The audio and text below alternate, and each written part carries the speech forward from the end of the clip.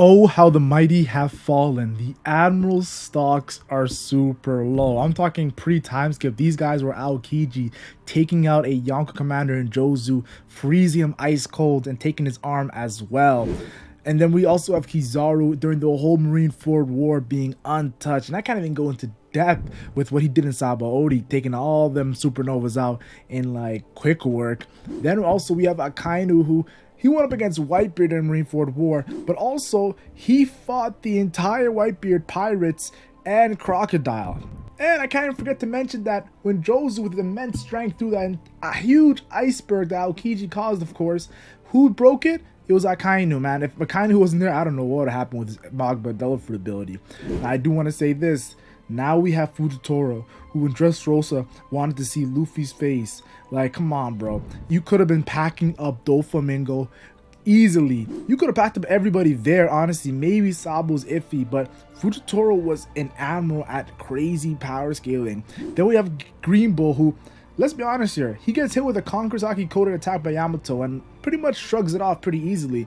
But then Shanks comes out of nowhere, conquers Haki, tells him, get the hell out of there. And he's like, yeah, I don't want to beef you guys, the Red Hair Pirates. So definitely want to say their stocks were already going down, but now it's crazy. We got Karasu, the Revolutionary Commander of the northern side with the Crows. We got Morley, the Revolutionary Commander of the western side with, of course, his crazy Delphoid ability that like he can dig into places, and he's like a mole pretty much, but also being a giant, his big old self scrapping them. And I thought Sabo was the guy doing the heavy load, but it wasn't the Flame Emperor. It was actually his guys Karasu and Morley 1v1ing Admirals. And Fujitora was bandaged up after, you guys can't forget, when he was talking to Akainu about rocks, he was bandaged up, he had his head wrapped up. So I asked you guys, do we wait to see more? Because there's probably one more chapter of this flashback, or are the Admiral stocks at the lowest spot we have ever seen? But all in all, agenda aside, this chapter was a fire chapter, so stick to the end of the video for me to go through every important detail of this chapter you might have missed, and let's just get to it. So we gotta go into the flashback. That's what I really want to talk about. A month ago, during the reverie, we see Celestial Dragons upset. They're not wearing this bubble like they knew. Like, they remember that they used to dress up like astronauts during the Blue Sea, but now they're in Mary Joaz. They're breathing the good air, so they don't need that anymore. And their bodyguards, they want to hang their bodyguards because, of course, there's damage going on because of the Revolutionaries. You see that they have pirate slaves they're whipping. And out of nowhere, we see this attack called Crow Suit by Karasu, and it's badass. And I've always thought Karasu was going to be the edgy vice captain level kind of character for the Revolutionaries. And he's kind of showing it in this chapter with that Crow Suit Itachi style, saving the pirate slave and telling him to go to the east side. I respect it, yo. I actually am liking Karasu even more because I was kind of iffy. I'm like, when I first saw him in chapter 904, I was like, he could look badass, he could look epic. But now I'm like, okay, I'm becoming a believer. And then I thought it was a cool moment when we see Karasu just tanking all the bullets by these CP agents, and then he swoops behind them. It kind of reminded me of Zoro and, of course, the 100 bounty hunters he took out in that arc. So I thought that was very cool to me personally, seeing him being a Logia. I'm assuming he's a Logia user. And then he uses an attack called Old Belly Suit that pretty much has his hands outside the panel and black like smoke or lightning. I don't know what he was doing, but it was cool seeing the black particles just defeat all the fodder. This guy is a very dark, mysterious character, but his power is impressing me. While this is happening, we see Lindbergh is, of course, freeing all the slaves, shooting lasers with his science, all his technology.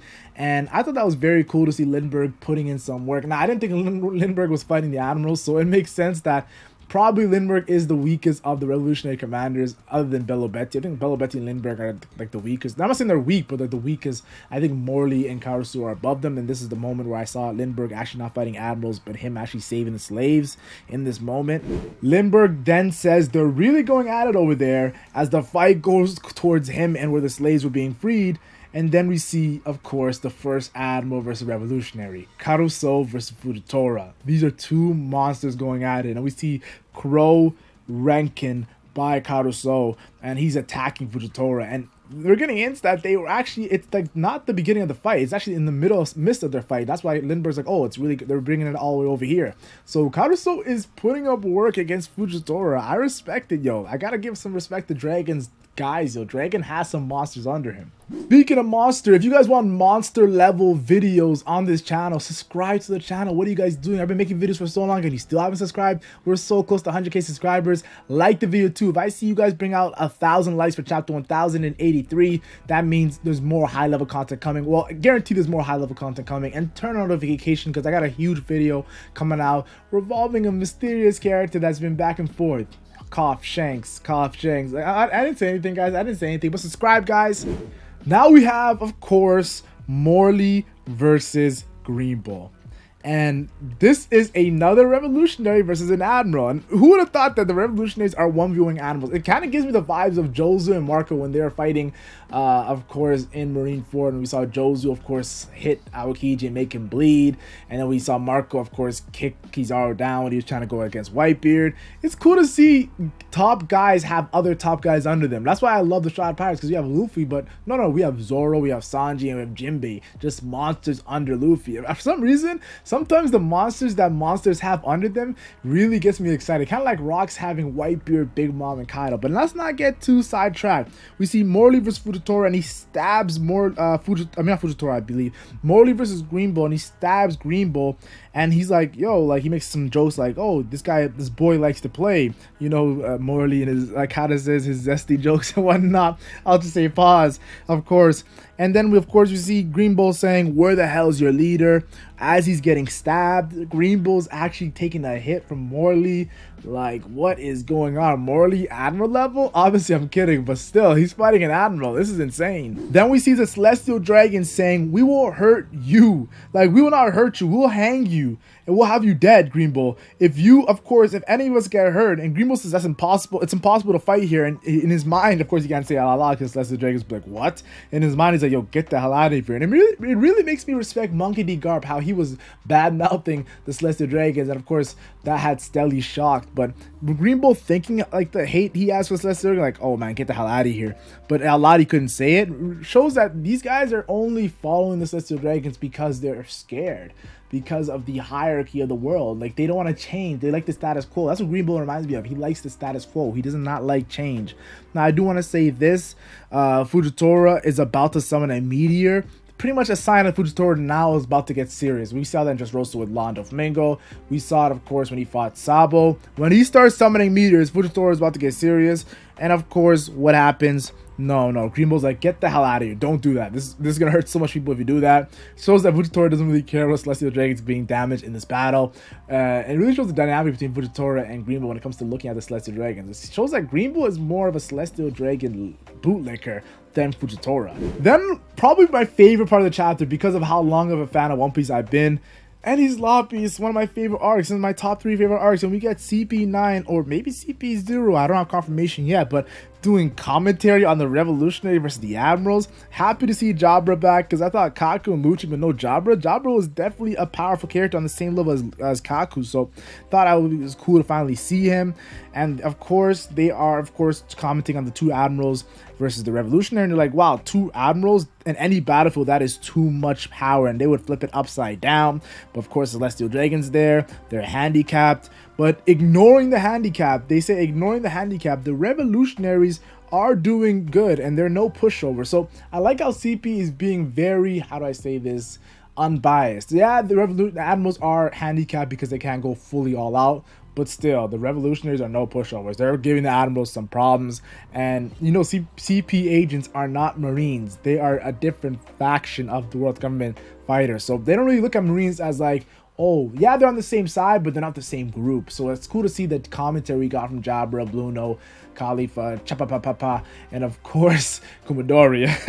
In the end of the chapter, guys, in the end of the chapter, we see Cobra, and he's telling he's telling Pell and Chaka. And we don't even see their faces, which was kind of funny to me, just showing how important Cobra is right now. And of course, he's the monumental newspaper information of him dying and seeing Sabo right next to him. But Cobra's like, yo, go check on Vivi, because we always know Vivi's up to no good, pretty much, and he's about to meet the Gorosei members. Now, this is right before he dies, so I'm thinking, what happened in this meeting? Seeing, of course, a former Celestial Dragon. The Alabasta Kingdom used to be a part of the 20 Kingdoms. And now, of course, they didn't want to live there because of what happened in the Void Century. So I want to see this meeting between the Gorosei. So much information for the Void Century could be dropped in this meeting. And Cobra might say something. Actually, he's going to say something that's going to get him packed out. So I thought that was very cool seeing that at the end of the chapter. This flashback we're getting of the Reverie, it's funny because we should have got it during the Reverie arc. Like, let's be honest, as fans, if we just got all this stuff during the Reverie, it would have been cool to then get into Wano. But still, and it's, you know how Oda loves to do his flashback. So I'm enjoying this flashback. It's really fun for me.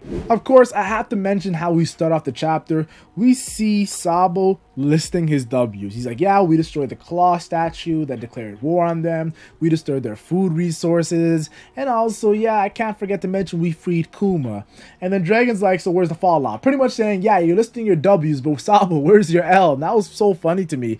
And then, of course, he says, well, the Navy brought out the big guns. Pretty much saying the Admirals was the cause of a lot of the problems. The Admirals. Of course, there's two Admirals. We've been always talking about Admirals versus Yonko. So the Admirals, whether they're, of course, we know Admirals are not Yonko level. Come on. The last 50 to 100 chapters kind of been confirmed that with Big Mom and Kaido and now seeing the Admirals and everything. Like, it's confirmed. The Yonkos are a cut above the Admirals. But I will say this. The Admirals are still in that conversation. The fact they're in that conversation really shows you how we look at them. They're still big guns. The Marines big guns in a sense.